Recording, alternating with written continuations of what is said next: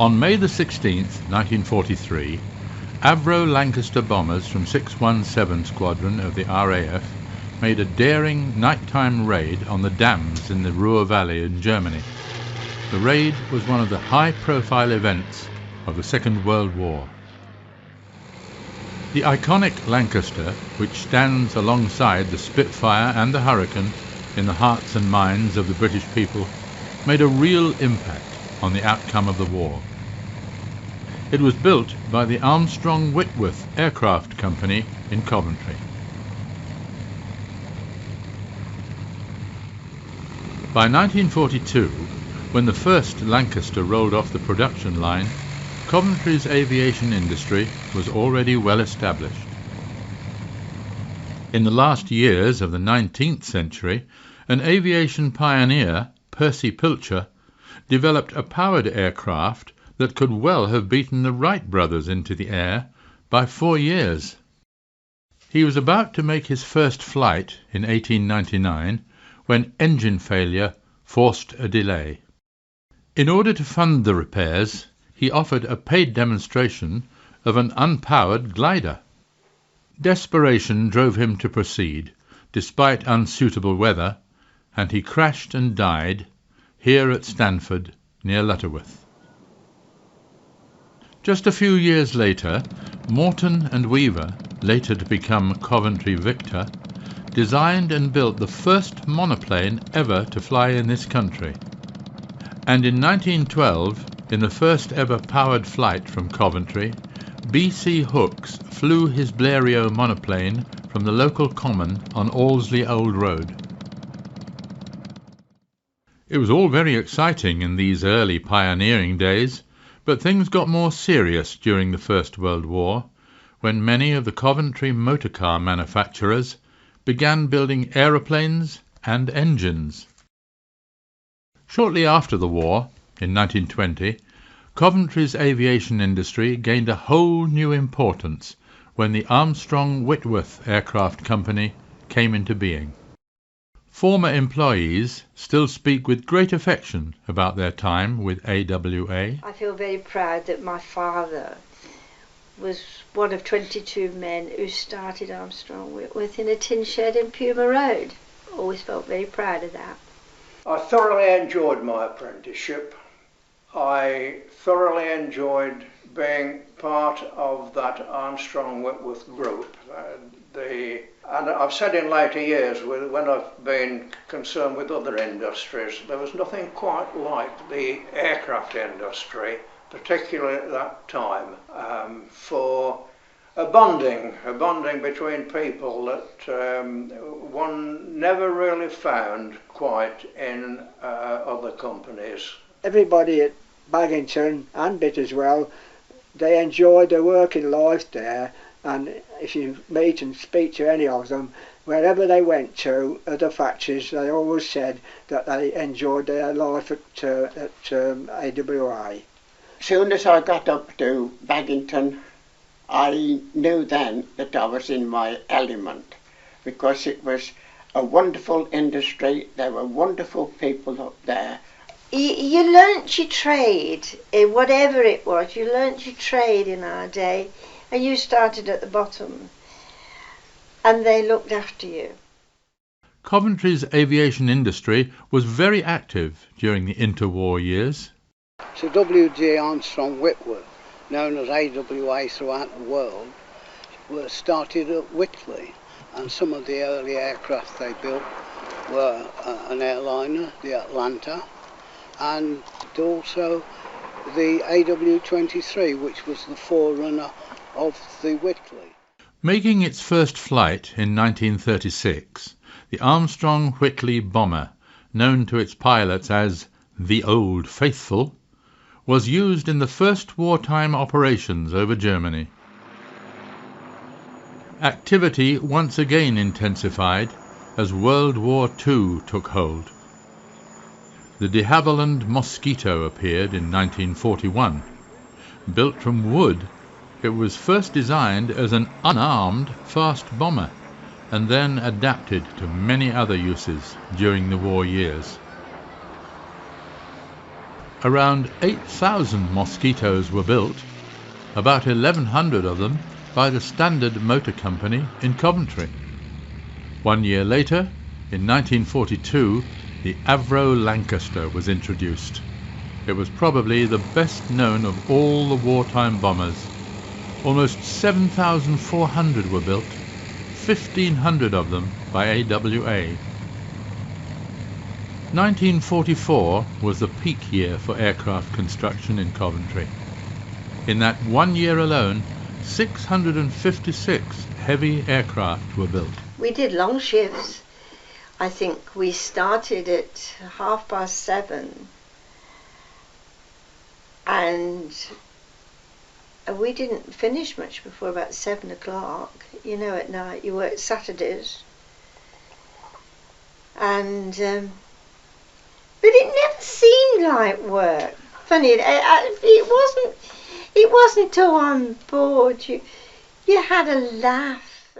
Baginton Airport, opened by Coventry Council in 1936, played an important part during the war years for building and testing aircraft before delivery to the RAF, and later as a fighter base.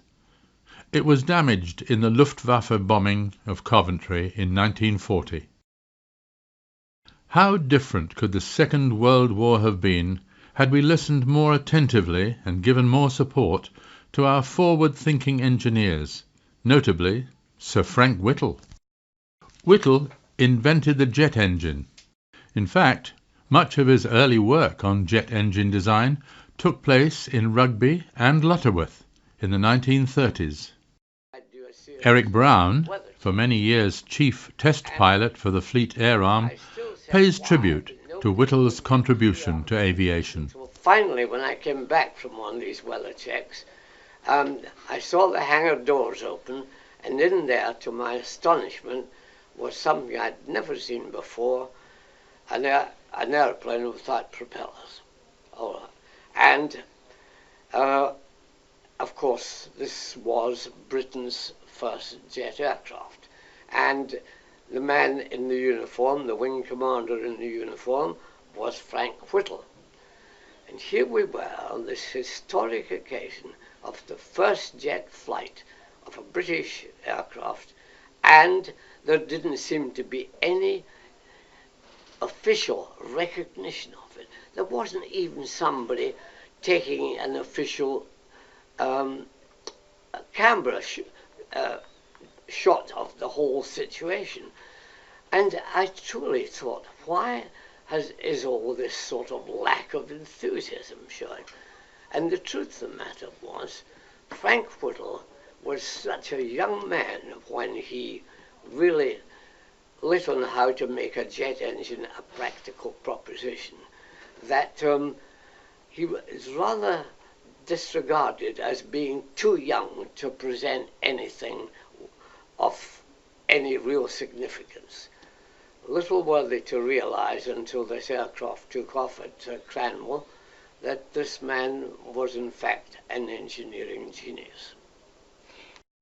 A small but impressive museum in Lutterworth has an area dedicated to Whittle's achievements. My name's Jeff Smith. I'm the curator of Lutterworth Museum. We're a small voluntary run museum in Leicestershire, birthplace of the jet engine. In 1937, Sir Frank Whittle came to Lutterworth from Rugby and stayed here developing the jet engine until 1945.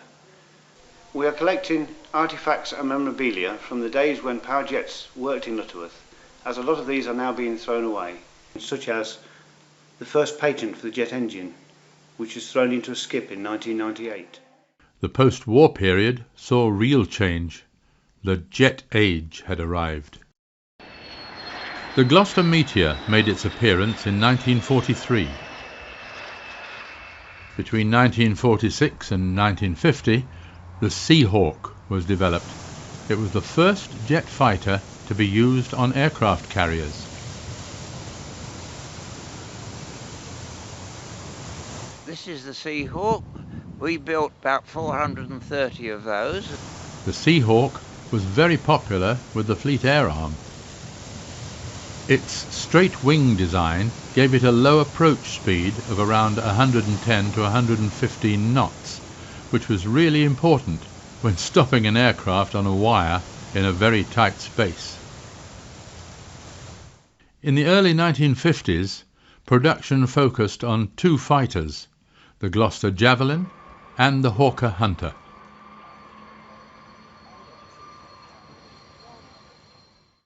In November 1947, the AW-52 made its first flight. Known as the Flying Wing, it departed radically from conventional design.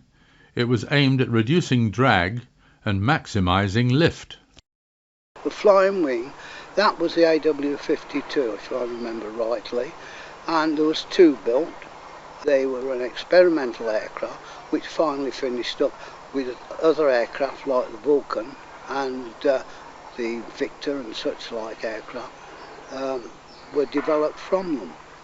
18 months later, during a test flight, things went badly wrong, and another new innovation, the ejector seat, had to be used for the first time. I encountered a very bad oscillation in pitch, which became very, very violent. I expected the aircraft to break up. I was beginning to lose my senses, and so I decided to eject. In so doing, I believe I was the first person certainly to use the Martin Baker ejection seat, and probably the first person in this country to use it. At about this time, air freight was becoming significant business, and AWA began the design of the Argosy 650. Only 10 civil Argosies were built, but in 1959 orders were taken for 56 Argosy 660s, the military version. This was the last major aircraft to be built in Coventry. Meanwhile, in 1952, it was found that Baginton's grass runway could only handle the older, slower aircraft, and whilst some aircraft construction continued there until 1965, the aircraft were transferred to Bitterswell for final assembly and testing. In 1965, the now famous Red Arrows were formed. Originally flying Folland Gnats, they changed to Hawks in 1979. Regular servicing was carried out at Bitterswell during the winter months. We had the Gnats come in and converted them from ordinary Gnats to the Red Arrows, modifying them, including the famous smoke units. Coventry Council's confidence in the future of Baginton Airport appeared to have been justified. By 2005, passenger numbers had increased to 600,000 per year. But in 2011, there are no longer any passenger services at all, and the airport is used only for cargo operations and private flying. Aircraft manufacturing peaked in Coventry at the end of the 1950s, when thousands of workers were employed. Now, in 2011, only a handful of Coventry people are employed in aviation, and the sites that were once home to aircraft manufacture have taken on new roles. What do former workers think about the decline of aviation in Coventry? It's a terrible shame, really.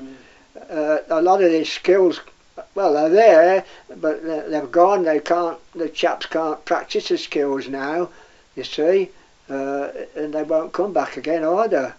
Every street you went down in Coventry had a little factory, I suppose, component like they do now, you know, like the doorknobs or whatever it is that went on an aeroplane, or the engines. But now it's a city without a soul. They all allow allegiance to somewhere else. The skill has gone out of the city. I enjoyed my life, and I'd go back again tomorrow if I had the chance, but it's a bit too late now. However, the legacy of aviation in Coventry is being painstakingly preserved at the Midlands Air Museum at Baginton. Started in 1967, The museum has grown to what is now widely regarded as being amongst the top handful of air museums in the UK. Eric Brown rates it very highly. I think this is probably, in my estimation, the third most splendid air museum in the United Kingdom. The others, of course, being the Royal Air Force and the Fleet Air Arm. But this is a wonderful museum, and it's been run so well. For example, the fact that it is open every day of the year, I think, is quite remarkable. The museum is run by a handful of regular staff and a team of keen volunteers who work on the restoration and maintenance of old aircraft, keeping alive the skills that once were so important to the city and fostering the next generation of Coventry aviation enthusiasts. My name is Barry James. I'm Chairman of the Board of Trustees of the Midland Air Museum. The museum itself has been around for 43 years now and is one of the major independent museums in this country. It is totally self-financing and is an educational charity. It is supported by a wide range of volunteers of all ages and backgrounds. I'd like to introduce you to one of our volunteers here today, Daniel. When I first entered the museum, I didn't know a thing about aircraft. But quickly, after some helping hands from all the volunteers already here, I was reaffirmed in my convictions that I wanted to start in aircraft engineering. I'm now a licensed aircraft engineer and I can travel the world. But I'm proud to be keeping the aviation traditions alive in Coventry. So, the story of aviation in Coventry has certainly been colourful. Groundbreaking in the early years, a major contributor to our victory in the Second World War, and instrumental in helping to shape the future of both civil and military aviation in the post-war years.